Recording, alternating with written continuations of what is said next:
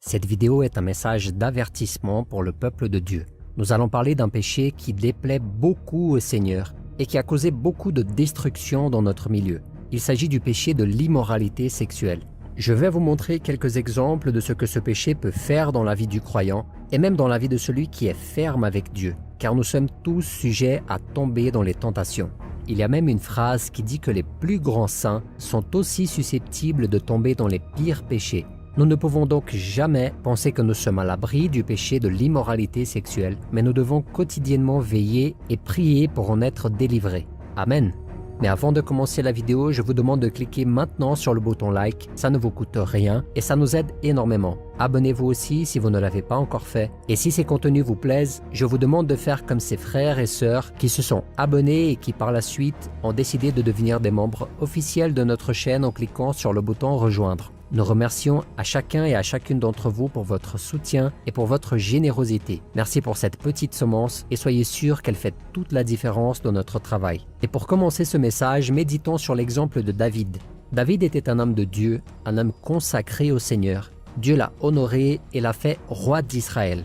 David était un homme qui avait tout à sa disposition, un homme qui pouvait faire ce qu'il voulait, et il avait toute l'autorité en Israël à cette époque. Mais cela l'a touché au cœur, et un jour, lorsqu'il se promenait dans le palais, il est resté en Israël car il n'a pas voulu être au premier rang de la bataille en tant que roi. Et je vous dis que c'est là où le problème commence. C'est là que l'ennemi commence à agir. Lorsque nous sommes imbus de nous-mêmes, lorsque nous ne voulons pas payer le prix, ne plus lutter et ne plus mener les batailles de la vie quotidienne et de tout ce que la vie attend de nous. Vous savez, nous commençons à penser « Ah mais vous savez, je suis un enfant de Dieu, je mérite de me reposer un peu aussi. Dieu sait combien j'ai lutté ces dernières années, etc. etc. » Vous commencez à penser à ces choses-là, vous savez. Alors David décida de ne pas aller au front et de ne pas combattre ce jour-là. Et il se promenait un bel après-midi et soudain il a aperçu par la fenêtre une femme qui prenait un bain. Et à ce moment-là, le cœur de David battit plus fort, car cette femme était très belle et ce qu'il voyait était quelque chose d'inhabituel, c'était quelque chose de caché. Et tout ce qui est interdit semble être plus délicieux. Et à ce moment-là, David a fixé cette femme sans s'arrêter.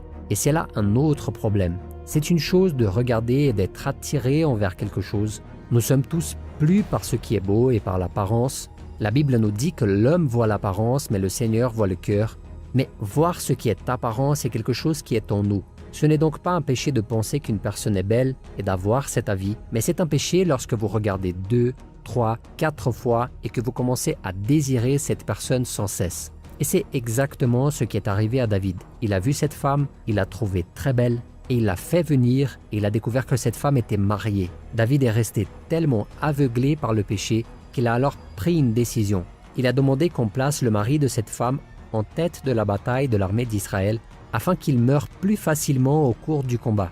David était tellement aveuglé par le péché qu'il voulait coucher avec cette femme et il voulait la prendre pour lui, peu importe s'il était marié. Alors regardez ce qui se passe. Le péché nous entraîne vers un aveuglement spirituel.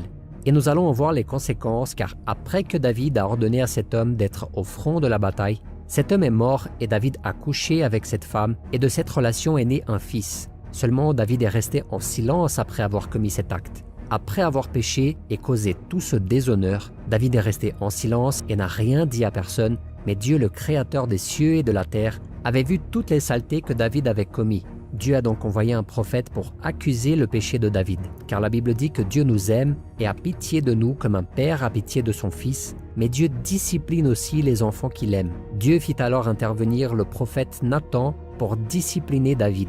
Lorsque Nathan le prophète est venu voir David, il lui a raconté une histoire très intéressante, ce qui a permis à David de comprendre le message. Mais au départ, il ne s'est pas rendu compte que cette histoire avait tout à voir avec sa vie.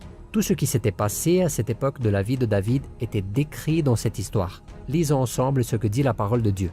L'Éternel envoya Nathan vers David. Il vint donc le trouver et lui dit « Il y avait dans une ville 2 hommes, l'un riche et l'autre pauvre. Le riche avait des brebis et des bœufs en très grand nombre. Le pauvre n'avait rien du tout, sauf une petite brebis qu'il avait achetée. Il la nourrissait et la grandissait chez lui avec ses enfants. Elle mangeait de son pain, buvait de sa coupe et dormait contre lui. Il la considérait comme sa fille. Un voyageur est arrivé chez l'homme riche, mais le riche n'a pas voulu toucher à ses brebis ou à ses bœufs pour préparer un repas au voyageur venu chez lui. Il a pris la brebis du pauvre et l'a préparée pour l'homme qui était venu chez lui. La colère de David s'enflamma violemment contre cet homme et il dit à Nathan, « L'Éternel est vivant. L'homme qui a fait cela mérite la mort. En outre, il remplacera la brebis par 4 autres, puisqu'il a commis cet acte et s'est montré sans pitié. » Nathan déclara alors, « C'est toi qui es cet homme-là. Voici ce que dit l'Éternel, le Dieu d'Israël. Je t'ai désigné par onction comme roi sur Israël, et je t'ai délivré de Saül. Je t'ai donné la famille de ton maître. J'ai mis ses femmes contre ta poitrine, et je t'ai donné la communauté d'Israël et de Juda. Si cela avait été trop peu, j'y aurais encore ajouté. Pourquoi donc as-tu méprisé la parole de l'Éternel en faisant ce qui est mal à mes yeux? Tu as tué par l'épée Uri le Hittite. Tu as pris sa femme pour faire d'elle ta femme, et lui tu l'as tué sous les coups d'épée des Ammonites. Désormais, puisque tu m'as méprisé et que tu as pris la femme d'Uri le Hittite pour faire d'elle ta femme, l'épée ne s'éloignera plus de ton foyer. » En ce temps-là, Nathan racontait l'histoire d'un homme très riche qui ne manquait de rien. Et si nous continuons à lire ce texte, nous verrons que le fils que David a eu avec cette femme, Bethsabée, est mort. David a dû payer un prix très élevé à cause de son péché. C'est pourquoi j'ai décidé de vous faire cette vidéo, mes frères et mes sœurs. Je connais des frères et des sœurs, des gens qui viennent de l'Église, des gens qui connaissent la parole en profondeur. Ce sont des gens qui ont tant d'expérience et qui ont été tellement bénis par Dieu. Mais aujourd'hui, ces gens sont impliqués dans le péché de la chair et l'immoralité sexuelle. Nous devons donc y réfléchir 2, 3 fois, 4 fois avant de commettre ce péché. Faites très attention à absolument tout ce que vous regardez. Nous avons vu dans cette histoire que David, au début, n'a fait rien d'autre que de regarder cette femme. De nos jours, il s'agirait de quelque chose de similaire à ce qu'est la pornographie, par exemple. Vous regardez avec vos yeux et vous consommez ce contenu pornographique. C'est déjà une très mauvaise chose et en plus de ça, cela vous nuit spirituellement. Cela vous éloigne de Dieu et si vous pratiquez cela, vous devez vous en repentir. Vous devez lutter de toutes vos forces et fuir l'apparence du mal. Mais une autre chose est que lorsque vous commettez ce péché, vous mentez à une personne. Mes frères, chaque péché est une offense à la nature divine de Dieu, mais chaque péché a une conséquence différente. Certains péchés auront des conséquences plus graves, bien évidemment. Un péché d'immoralité sexuelle peut détruire une famille et détruire des vies. Ce péché peut apporter tant de destruction et nous avons besoin d'être conscients sur cela. Alors réfléchissez bien avant de commettre cette erreur. Et en plus de l'histoire de David, nous verrons également l'exemple de Joseph, lorsqu'il était en Égypte. Joseph a fui l'apparence du mal parce que la Bible dit que Joseph était dans le palais de Potiphar et qu'un jour la femme de Potiphar a essayé de séduire Joseph. La femme de Potiphar a fait tout ce qu'elle pouvait pour tenter de séduire ce jeune homme, et ceci parce que l'homme et la femme de Dieu ont un éclat particulier. Nous avons un éclat que ce monde n'a pas. Et nous devons être vigilants car l'ennemi veut éteindre notre éclat et nous enlever la sainteté. D'accord ? Je veux lire avec vous ce qui se trouve au chapitre 39 de la Genèse. Or, Joseph était beau à tout point de vue. Après cela, la femme de son maître porta les yeux sur Joseph et dit « Couche avec moi ». Il refusa et lui dit « Mon maître ne prend connaissance de rien avec moi dans la maison, il m'a confié tous ses biens. Personne n'est plus grand que moi dans cette maison et il ne m'a rien interdit, sauf toi, parce que tu es sa femme. Comment pourrais-je commettre un aussi grand mal et pécher contre Dieu ?»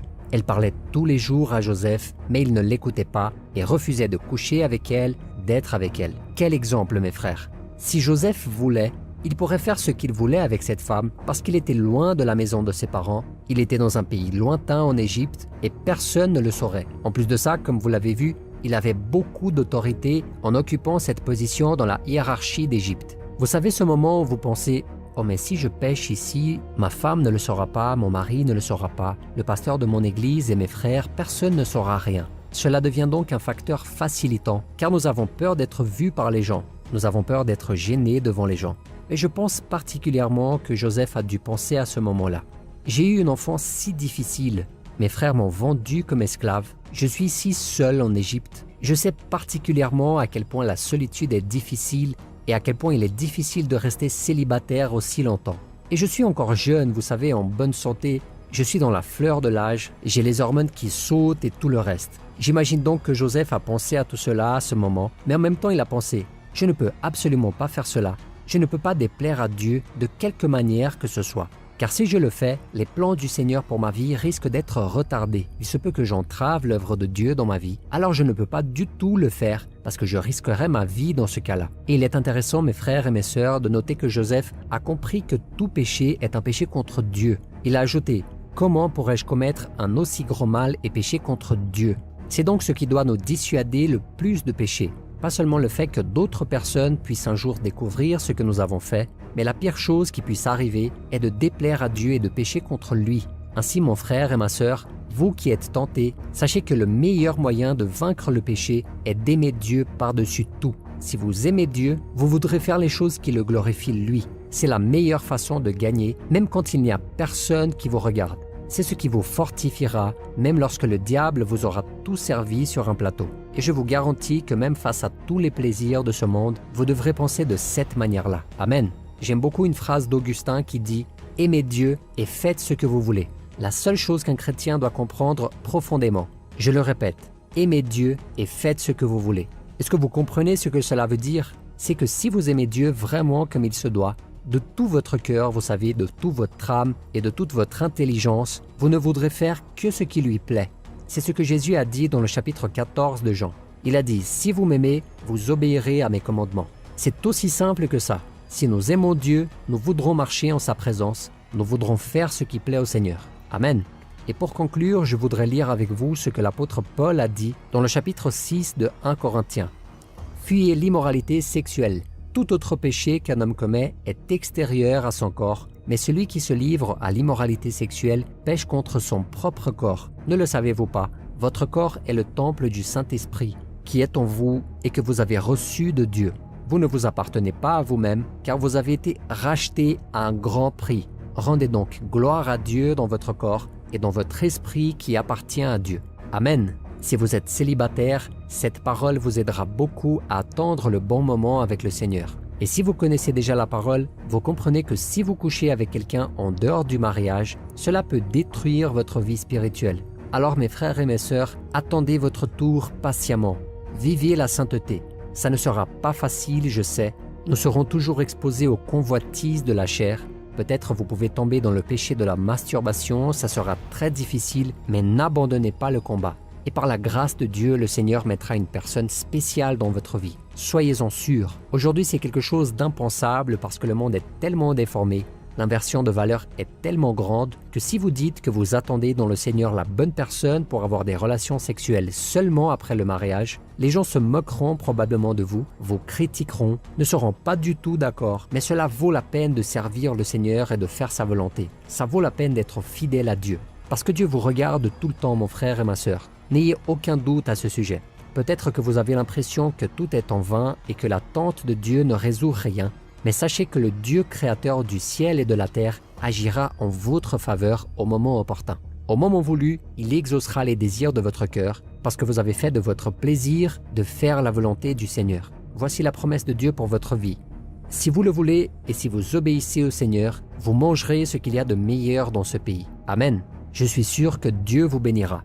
Alors si vous avez aimé ce message, partagez-le avec vos amis sur WhatsApp, sur Facebook et sur tous vos réseaux sociaux. Laissez votre commentaire ci-dessous avant de quitter. Si ce type de message vous plaît et que vous voulez soutenir notre travail, considérez devenir un membre officiel en cliquant maintenant sur le bouton « Rejoindre » et regardez l'une de ces autres vidéos que nous avons laissées en recommandation pour vous.